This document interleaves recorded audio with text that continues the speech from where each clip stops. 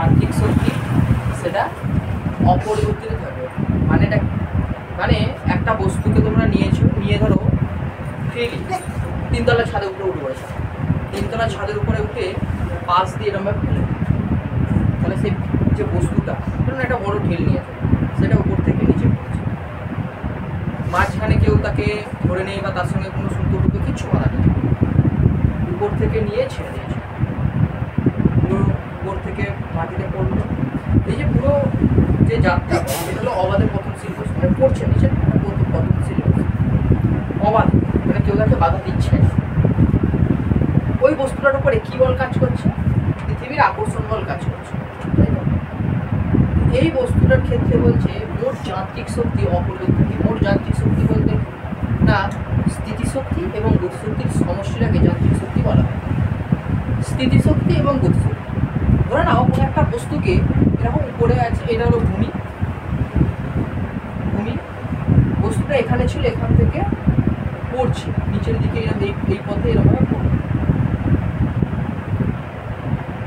তুমি মাঝখানে একটা যখন বস্তুটা এখানে ছিল তখন একটা ছবি তুলে রেখে দিয়েছিল, তখন বস্তুটা এই জায়গাটাতে করে ছিল, ধরে নিচ্ছে বস্তুটাকে তুমি যে এখান থেকে এতটুকু কত উচ্চতায় রেখেছো, এই উচ্চতায় রেখেছো, ধরে নিচ্ছে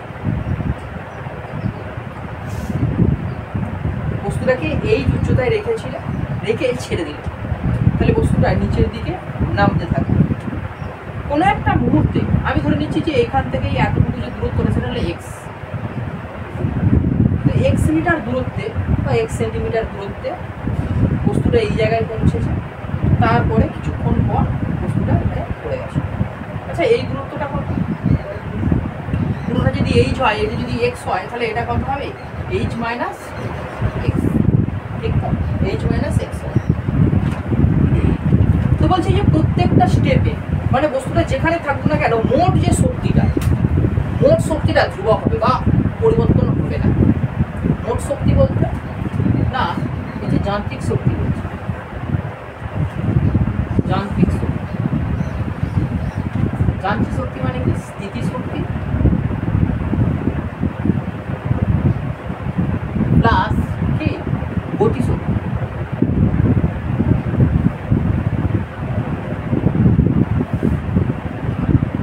এই মোট যান্ত্রিক শক্তি মানে স্থিতি শক্তি এবং গতি শক্তির সমষ্টি সবসময় একই। কিভাবে? দেখো, আমি 3টে পয়েন্টের নাম দিচ্ছি, এ বিন্দু, এটা বি বিন্দু, আর এটা হলো সি বিন্দু। এ বিন্দুর ক্ষেত্রে দেখো, এ বিন্দুর ক্ষেত্রে স্থিতি শক্তি, এখানে যেটা হচ্ছে তার স্থিতি শক্তি কত হবে না ইপি, স্থিতি শক্তি লিখি ইপি, ঠিক আছে? এখানে স্থিতি শক্তি কি আগের দিন করে জীবন এমজি এইচ। যদি ধরে নিই বস্তুটার ভর হলো এম, অভিকর্ষজ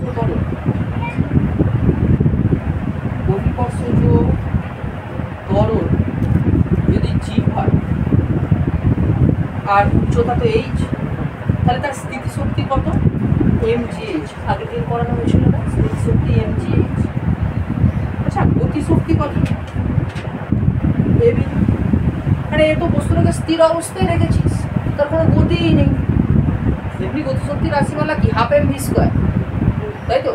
তো গতিশক্তির রাশিমালা হাফ এম ভি স্কোয়ার, কিন্তু এখানে তো কোনো গতি নেই। যেহেতু গতি নেই, সেই জন্য গতিশক্তি কত? 0। তাহলে 0। তাহলে এ বিন্দুতে মোট শক্তি আমি ই এ লিখছি, এ বিন্দুতে মোট শক্তি ই এ, তাহলে কি এই দুটো শক্তির সমষ্টি, মানে স্থিতি শক্তি প্লাস গতি শক্তি, এটা হলো স্থিতি শক্তি। হ্যাঁ, এটা হলো স্থিতি শক্তি। তাহলে মোট শক্তি কত হয়ে গেল? এমজিএইচ প্লাস মানে 0, তাহলে মানে এমজিএইচ। তাহলে এ বিন্দুতে মোট শক্তি কত? এমজিএইচ। আচ্ছা, এবারে বি বিন্দুতে মোট শক্তির কথা আলোচনা করছি। বি বিন্দুতে তাহলে বলুন তো, বি বিন্দুতে বস্তুটা যখন এখানে আছে, তাহলে এই স্থিতি শক্তি কত? এম জি, আর কতটা উচ্চতায় আছে সেটা, কতটা উচ্চতা আছে? এইচ মাইনাস এক্স উচ্চতায় আছে তো, তাহলে এইচ মাইনাস গুণ করি তাহলে mgh মাইনাস mgx এটা স্থিতিশক্তি। আচ্ছা গতিশক্তি এখানে কত? বস্তুটা ছেড়ে দিয়ে যখন বস্তুটা এখানে আছে নিশ্চয়ই এর মধ্যে একটা গতির সৃষ্টি হয়েছে। কত গতি সৃষ্টি হয়েছে না? সেই মনে করে দেখো গতিটা আমি ধরে নিচ্ছি ভি। মনে করে দেখো ভি স্কোয়ার সমান U square plus A S. S মানে কতটা সরণ হয়েছে, আর এখান থেকে এতটুকু সরণ হয়েছে তো এক্স। এখানে এস লিখবো না, এখানে কি লিখবো? এক্স লিখবো। আর ইউ মানে কি? প্রাথমিক বেগ। প্রাথমিক বেগ এখানে কত? শূন্য। তো বস্তুটা যখন উপর থেকে নিচে নামছে তখন কি প্রাথমিক বেগ শূন্য। তাহলে ভি স্কোয়ার সমান কত হবে না 2ax, তাই তো? আচ্ছা কোনো বস্তুতে এই বিন্দুতে গতিশক্তির রাশিমালা কি? Half M V square. গতিশক্তির রাশিমালা কি? Half M V square. তাহলে এই জায়গাটাতে গতিশক্তি কত হবে? Half M V square. আবার হাফ এম ভি স্কোয়ার মানে কি? 2ax। 2ax টুকু তো কেটে যাবে, তাহলে এম এ এক্স, ঠিক তো? আচ্ছা এ মানে কি? ত্বরণ। আমরা ত্বরণ তো এখানে অ্যাকচুয়ালি জি বলে লিখছি, তাই তো? আমরা এখানে এ লিখবো না, এখানে কি লিখবো? অ্যাকচুয়ালি এম জি এক্স লিখবো। এ মানে ত্বরণ, কিন্তু ত্বরণটা আমরা এখানে এ নয় জি লিখবো, তাই তো? ত্বরণগুলো আমরা জি প্রথম থেকে লিখছি, তো এইরকম। তাহলে ইকে এইটা, তাহলে মোট শক্তি কত হবে? মোট শক্তি মানে ইবি লিখছি। মোট শক্তি ইবি মানে বি বিন্দুতে মোট শক্তি। মোট শক্তি ই স্থিতিশক্তি প্লাস গতিশক্তি। স্থিতিশক্তি কত না mgh মাইনাস mgx, আর গতিশক্তি কত? Plus mgx। তাকে এই দুটো কেটে যাচ্ছে না, তাই তো? আরে মোট শক্তি কত? মোট শক্তি হলো এইটা প্লাস এইটা, তাই তো? এটা তো স্থিতিশক্তি আর এটা তো গতিশক্তি। তাহলে স্থিতিশক্তি প্লাস গতিশক্তি, তাহলে যোগ করে দিলাম, তাহলে কত হয়ে গেল? mg। তাহলে বি বিন্দুতেও মোট শক্তি কত হয়ে গেল? mgh। আচ্ছা এবারে সি বিন্দুতে মোট শক্তি। আচ্ছা সি বিন্দুতে বেগ কত? দেখো বেগ কি করে বলা আছে? ভি স্কয়ার সমান ইউ স্কয়ার প্লাস 2a, কিন্তু এখানে দেখো মোট ভি স্কয়ার সমান ইউ স্কয়ার প্লাস 2a। এ মানে অভিকর্ষ ত্বরণ, আমি এখানে অভিকর্ষ ত্বরণ জি লিখছি। আর দূরত্ব কত এখানে? h, তাহলে দূরত্ব h, এটা হবে তো? তাহলে ইউ তো প্রাথমিক বেগ শূন্য, শূন্য হওয়ার কারণে আউট হয়ে গেল, তাহলে 2g h। আচ্ছা সূত্রটা আরেকবার লিখে দিচ্ছি বোঝার জন্য। ভি স্কয়ার সমান ইউ স্কয়ার প্লাস 2as, এটা হলো সূত্র ছিল। তো সি বিন্দুতে বেগ, সি বিন্দুতে বেগ আমরা কি পাচ্ছি? সি বিন্দুতে বেগ হলো ভি স্কয়ার, আমি ভি স্কয়ারে লিখছি। প্রাথমিক বেগ ইউ ইউ শূন্য, তাও আমি এটা লিখছি এখানে ইউ, ঠিক আছে? 2as, এ মানে অভিকর্ষ ত্বরণ, লিখেছি। আর এস মানে কি? মোট দূরত্বটা, সরণটা, সরণ এইচ লিখেছি। কারো সমস্যা আছে তাই তো? তাহলে ইউ তো শূন্য, প্রাথমিক বেগ শূন্য, তাহলে একে আউট করে দিচ্ছি। তাহলে ভি স্কয়ার সমান 2gh, এটাই করে থাকছে। তাহলে সি বিন্দুতে মোট শক্তি কত? এই সি বিন্দুতে স্থিতিশক্তি কত? ইবি। হ্যাঁ mgh তো এইচ কত? এখানে সি বিন্দুতে যখন বস্তু চলে আসে তখন এইচ শূন্য, এর কোনো উচ্চতা নেই। উচ্চতা না থাকার জন্য শূন্য লিখবো, তাহলে কি শূন্যের সঙ্গে যাই করি শূন্য হবে। আর একবার বলছি সি বিন্দুতে স্থিতিশক্তি কত? স্থিতিশক্তি সূত্র হলো mgh। mgh তো উচ্চতা, বস্তুটা যখন এখান থেকে এখানে চলে এসেছে তখন উচ্চতা আর কত? উচ্চতা তো নেই, শূন্য, তাহলে শূন্য লিখেছি। শূন্যের সঙ্গে যাই কোন করে শূন্য হবে। আচ্ছা গতিশক্তি কত? গতিশক্তি হলো সেই half M V square. Half M V square, V স্কয়ারটা গতিশক্তি বেগ, তাহলে ভি স্কয়ার মানে তো 2gh। 2 কেটে গেল, ঠিক তো? 2 কেটে গেল, তাহলে হয়ে গেল কত? mg। তাহলে মোট শক্তি মানে ইসি, মোট শক্তি স্থিতিশক্তি প্লাস গতিশক্তি মানে এটা প্লাস এটা, আর শূন্য প্লাস mgh মানে mgh হয়ে গেল। আর শূন্য প্লাস এটা, তাহলে mgh হয়ে গেল। তাহলে দেখতে পাচ্ছি এ বিন্দুতে গতিশক্তি mgh, এই মোট শক্তি mgh, বি বিন্দুতে গতিশক্তি mgh, সি বিন্দুতে গতিশক্তি, এই গতিশক্তি নয় মোট শক্তি mgh। তাহলে প্রত্যেকটা বিন্দুতেই মোট শক্তি পেয়ে যাচ্ছি কত?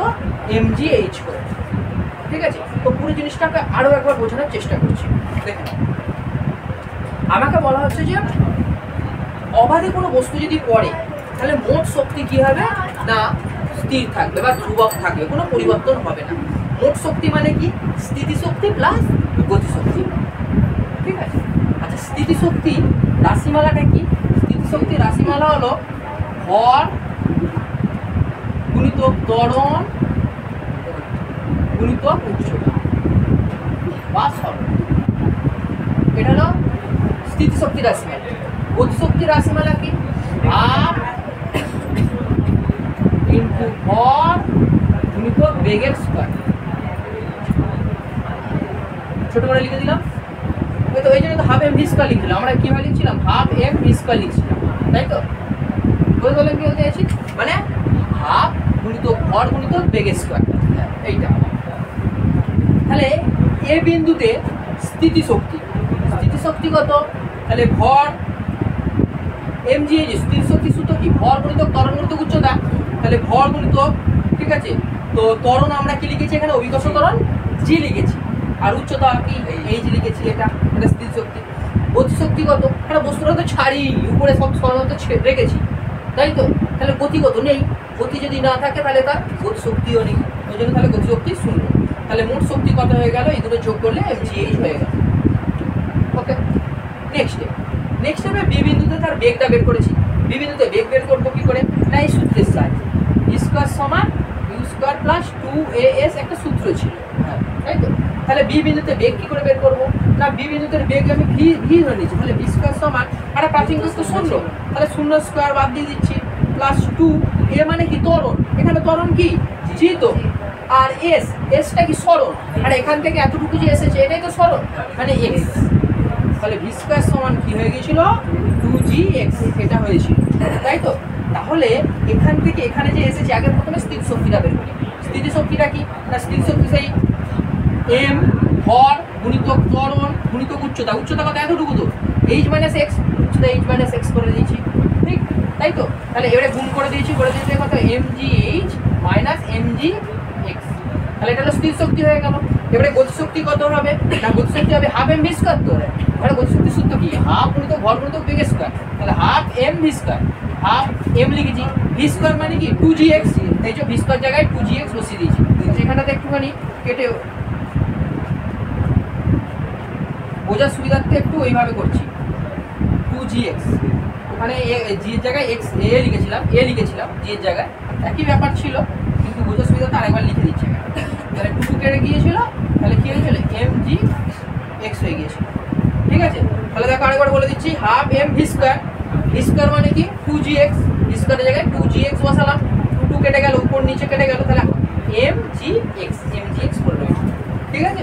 তাহলে বি বিন্দুতে মোট শক্তি বের করবো। মোট শক্তি মানে কি স্থির শক্তি প্লাস গতিশক্তি, স্থির শক্তি তো এইটা লিখে দিলাম, গতিশক্তি এটা লিখে দিলাম, এই দুটো কেটে গেল, কেটে গিয়ে এইটা করে দিলাম, ঠিক আছে। তাহলে এই হলো মোট শক্তি। তাহলে বি বিন্দুতে মোট শক্তি আমরা পেয়ে গেলাম। এবারে সি বিন্দুতে মোট শক্তি, সি বিন্দুতে মোট শক্তি সেই একই রকম ভাবে বের করবো। আগে প্রথম কথাটা সি বিন্দুর যে বস্তুটা আছে, বস্তুটা তো কোনো উচ্চতাই নেই, তাহলে তার কোনো স্থির শক্তি নেই, তাহলে ইপি সমান কি লিখবো শূন্য। তো কি করে বুঝিয়ে দিচ্ছি দেখো, ভর গুণিতক ত্বরণ গুণিতক উচ্চতা, উচ্চতা তো শূন্য, শূন্যের সঙ্গে যাই গুণ করি সেই শূন্যই হয়েছে, ঠিক আছে। এটা গতিশক্তি, গতিশক্তি কি করে বের করেছি দেখে নাও। গতিশক্তি সেই এখানে তাহলে বেগ বের করবো, এই বিন্দুতে বেগ বের করবো তবে তো গতিশক্তিটা বেরোবে। এই বিন্দুতে বেগ কি করে বের করেছি দেখে নাও, সেই সূত্রটা লিখেছি ভি স্কয়ার সমান ইউ স্কয়ার প্লাস 2as, ঠিক আছে। তো এখানে প্রাথমিক বেগ কত ইউ সমান 0, তাহলে 0 স্কয়ার 2 লিখেছি, ত্বরণ তো জি, আর এস মানে উচ্চতাটা বা সরণটা কত এইচ, তো এইচ লিখেছি, তাহলে ভি স্কয়ার 0 স্কয়ার মানে বাদ দিয়ে দাও কিছু নেই, তাহলে 2gh, তাহলে ভি স্কয়ার সমান 2gh হয়ে গেছে, তাই তো। তাহলে এই বিন্দুতে বেগটা তোমরা পেয়ে গেছো, এই বিন্দুতে বেগটা বের করলাম রে, ঠিক আছে বের করলাম। এবারে তাহলে গতিশক্তিটা কত হবে হাফ এম ভি স্কয়ার, গতিশক্তি ভি স্কয়ার মানে 2gh, তাই তো। তাহলে 2gh বসিয়ে দিয়েছি, 2 কেটে গেল, তাহলে mgh বসিয়ে দিয়েছি। তাহলে সি বিন্দুতে গতিশক্তি কত mgh, ওকে। তাহলে দেখো তিনটে বিন্দুতে মানে এ বিন্দুতে mgh, বি বিন্দুতেও mgh আর সি বিন্দুতেও mgh, তাহলে তিনটে বিন্দুতেই তার গতিশক্তি কত mgh হচ্ছে। কি বোঝা গেছে? মনোযোগ